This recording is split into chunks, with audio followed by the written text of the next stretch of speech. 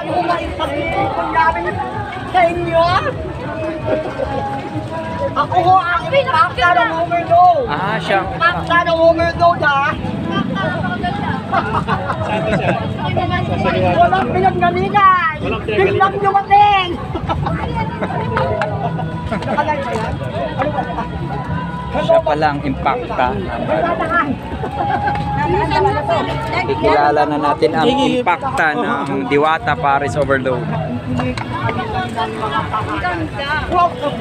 Diwata Overload ang nangunguhan sa pinipinahan ng buong bayan. Kaya kumain na kayo dito! No, no! Uy, abunda yun Maganda ba? Maganda ba? Magandang hapon ko!